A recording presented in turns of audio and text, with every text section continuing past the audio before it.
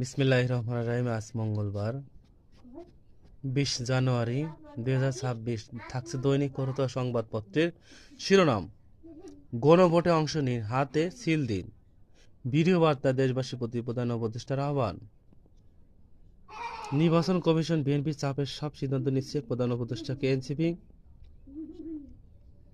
এবং চট্টগ্রাম জঙ্গলে অভিযানকালে গুলিতে র্যাব কর্মকর্তা নিহত, গুলিবিদ্ধ 3। পবিত্র শবে বরাত 3 ফেব্রুয়ারি।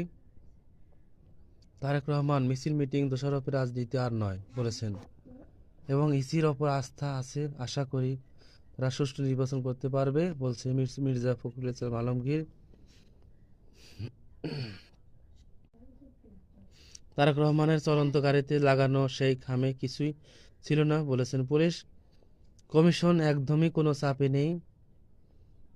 আজ রাজনৈতিক দলের প্রতিনিধি ব্রিফ করবেন ইসি। জাতীয় নির্বাচনে পরবর্তী পদক্ষেপ জানালো আসন ভিত্তিক ভোট কেন্দ্রের চূড়ান্ত গেজেট প্রকাশ।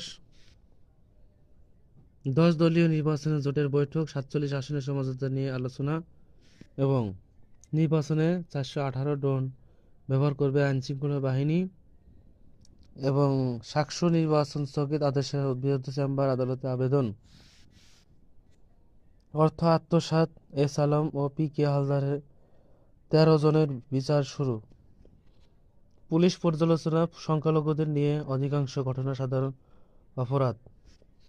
চানখারপুলে হত্যা মামলা রায় আজ। শিগগিরই তিস্তা মহাপরিকল্পনা বাস্তবায়ন হবে চীনা রাষ্ট্রদূত। এবং গণপরিবহনে টিকিট চালু বাস্তবায়ন যেভাবে। মাদারীপুরের সড়ক দুর্ঘটনা, গোপালগঞ্জে একসঙ্গে 5 গৃহবধূর লাশ দাফন, 18 দিনে $2 বিলিয়ন ছাড়ালো রেমিডেন্স। 1 বছরে বগুড়ায় সড়ক দুর্ঘটনায় নিহত শতাধিক। গণভোট দলের স্বার্থে নয়, দেশের স্বার্থে বগুড়া উপদেষ্টা আসিফ নজরুল ইসলাম বলেছেন বগুড়াতে এসে। ঢাকায় তেহরানের দূত স্টার্লিং ব্যবহার করে ইরানের অপতথ্য ছড়ানোর অভিযোগ।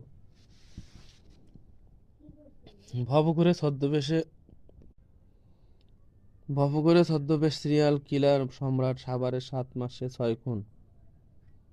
সুতা আমদানিতে বন্ড সুবিধা প্রত্যাহারের বায়েরা উগ্নিত এবং আইনজীবী আলিফ হত্যা মামলা চিন্ময় দাস সহ 39 আসামির বিরুদ্ধে অভিযোগ গঠন। এই ছিল উল্লেখযোগ্য দৈনিক করতোয়া সংবাদপত্রের শিরোনাম।